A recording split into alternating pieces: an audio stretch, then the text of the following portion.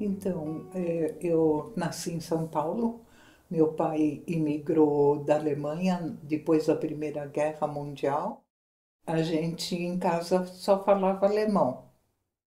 Meu pai era naturista, então não entrava nenhum medicamento e nem vacina em casa. E assim, eu tinha um professor ótimo de botânica e que me despertou assim um interesse bastante grande pelas plantas. E eu tinha um professor que era o professor Sato, que era muito famoso também, um japonês, e que ele nos ensinou assim muita filosofia da vida e a filosofia da integração do corpo, alma e a água, né, que ele falava. Com 12 anos eu já sabia que queria estudar medicina. E talvez essa pergunta, o que está errado nas pessoas, também me fez estudar medicina. E aí eu comecei a procurar elementos alternativos, né? Meu pai, naturista, né? Eu muito entusiasmada com a faculdade. Os primeiros anos eu tirei prêmios Montenegro, que chamava naquela época, como melhor aluna. Quer dizer, eu me empenhei mesmo na anatomia, na histologia. Ainda estava aquela questão de, de não ter ainda as respostas que eu procurava, né? Eu fui convidada pela Escola Waldorf para ser médica e daí fomos meu marido e eu para a Suíça e eu para estudar medicina antroposófica.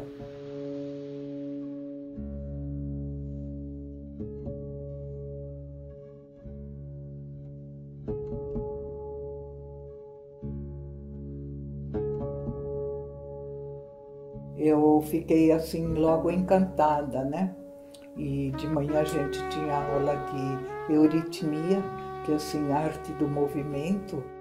E voltando para o Brasil, eu fui então médica da escola Waldorf e ao mesmo tempo trabalhava no instituto do meu pai, onde eu tinha o meu consultório e então já receitava os medicamentos antroposóficos. Só que eles não haviam aqui no Brasil. E então a gente teve que fundar a primeira veleda do Brasil para ter a medicação adequada. Então, ali na escola Waldorf eu fiquei como médica durante 6 anos. Então resolvemos fazer assim um ano de estadia na Europa. E eu aproveitei então para fazer lá especializações.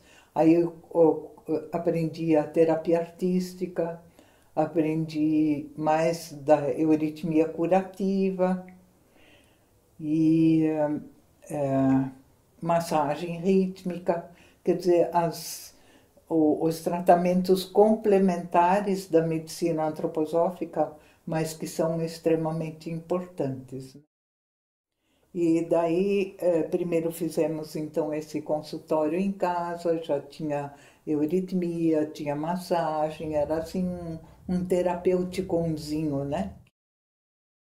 Acho que foi em 1969, a Clínica Tobias, em São Paulo, foi inaugurada.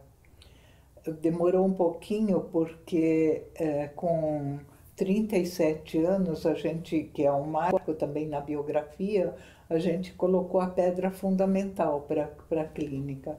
E foi um ato assim muito importante, assim, onde a gente sentiu uma conspiração de ajuda também do mundo espiritual, né?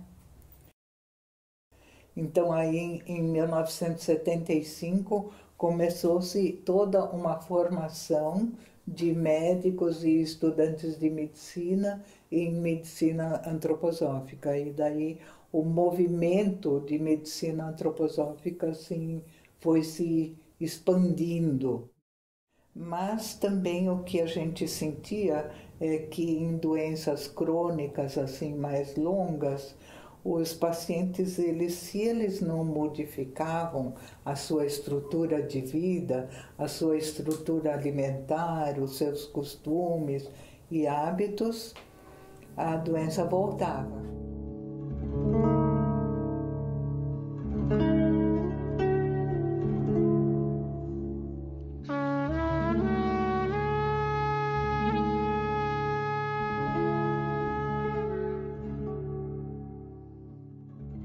Eu comecei assim a trabalhar já por conta própria sobre a biografia das pessoas. Tinha um amigo já que trabalhava assim com uma assessoria biográfica individual. E daí logo ele falou para mim e para o meu marido: por que vocês não se juntam, né? Ele como consultor de empresa e eu como médica, para fazer cursos biográficos. Começamos a dar a formação biográfica lá no Artemisia. A Artemisia e a formação biográfica é assim profundamente ligada. Em 98 a gente mudou, meu marido e eu mudamos aqui para Florianópolis e uma outra equipe cuidava da Artemisia então. E daí eu comecei, a partir de 2001, a gente começou assim a construção da Clínica Viales e depois fundou aqui também a Associação Sagres. E aqui foi expandindo cada vez com mais cursos, mais cursos, mais cursos. Aí a gente trouxe a formação biográfica para aqui, para Florianópolis também.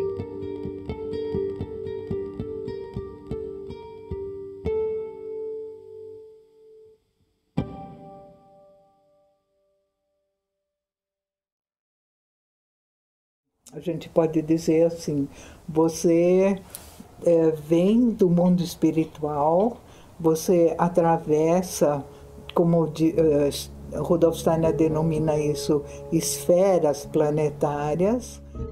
Aí então o processo, vamos dizer, de encarnação, de você tomar conta do seu corpo, do corpo se desenvolver até a maturidade, leva 21 anos. Daí você entra num grande período, que é o período assim de desenvolvimento da alma, da lapidação, do trabalho com as nossas sombras, dos 21 aos 42, que é uma fase grande solar, que a gente pode dizer. De 21 até 42, tem os 31 anos e meio. E os 31 anos e meio é o ponto máximo que você tem da encarnação na Terra. Quer dizer, onde a tua parte espiritual permeia totalmente o teu corpo. E a partir daí ela começa o caminho de volta, quer dizer, começa a se soltar novamente do corpo.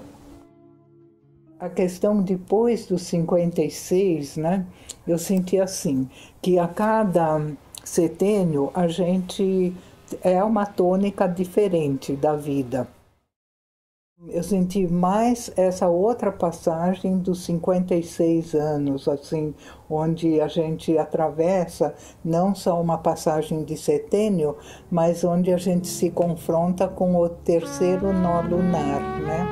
Esse terceiro nó lunar, ele acontece a cada 18 anos e meio. Então, o primeiro com 18 anos e meio, o segundo com 37 e o terceiro com 55,5. O que eu sinto hoje é que a mulher está tendo mais consciência desses processos de mudança e então ela está assumindo mais a sua personalidade, né? E muitas mulheres elas desabrocham depois da menopausa, digamos, né? Com toda a força do seu ser. Justamente essas forças que não são mais usadas para essa energia sexual, elas ficam à disposição para essa nova criatividade, né? Que um colega meu tinha me convidado para escrever um capítulo num livro que era um livro em conjunto, e daí eu tinha tanto material que acabei escrevendo 4 volumes só meus, então, né? Os novos caminhos da alimentação.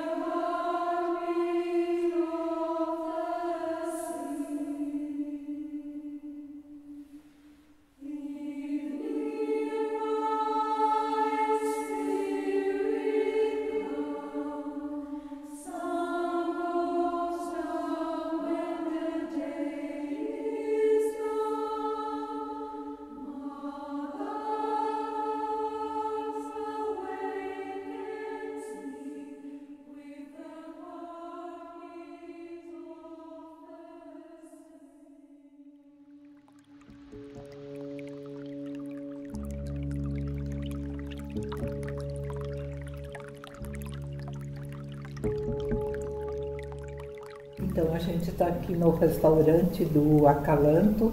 Acalanto é um lugar onde os alunos dos cursos da Associação Sagres ficam e então eles têm oportunidade aqui de almoçar, de tomar um coffee break, etc.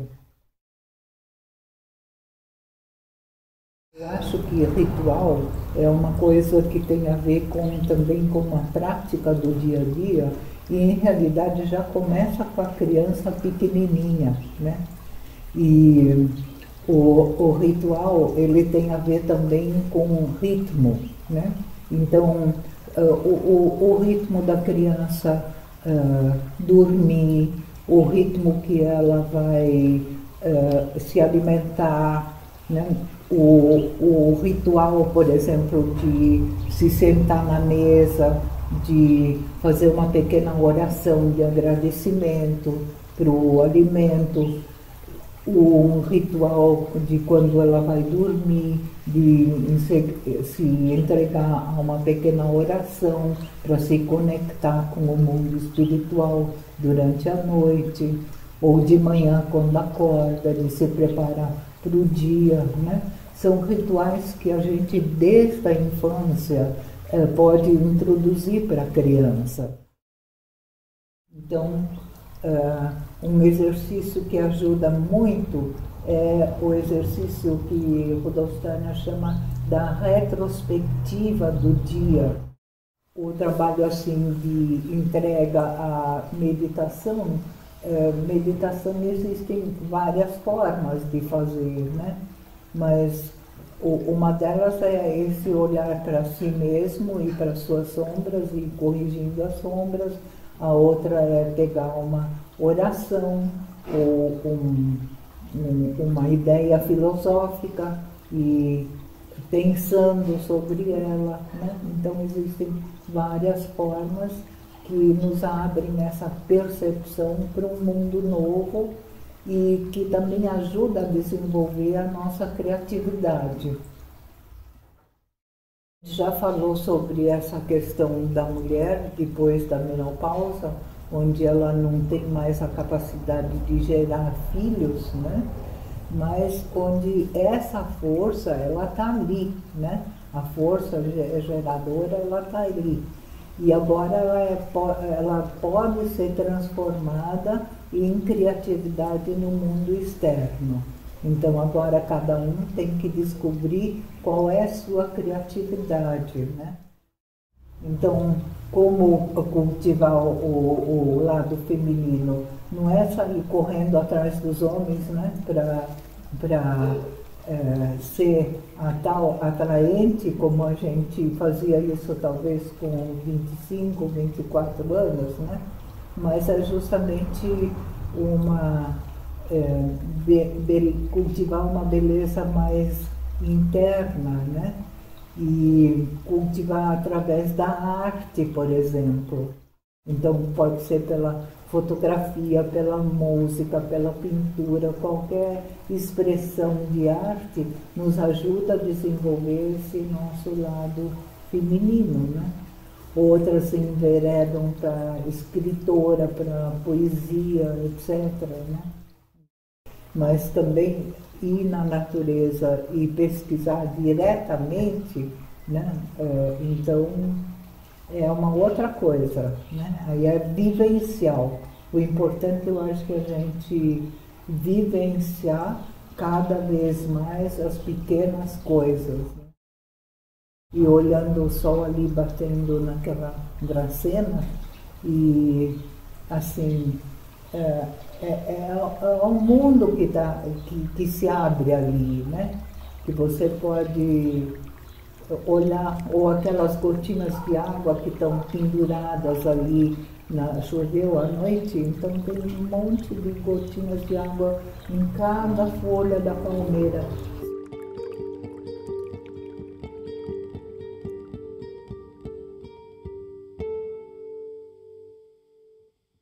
Nossa meta do futuro é formar irmandades, mas no sentido de encontros verdadeiros espirituais, com a absoluta liberdade de cada uma dessas individualidades, mas contribuindo e olhando para um todo, para um ideal comum, né?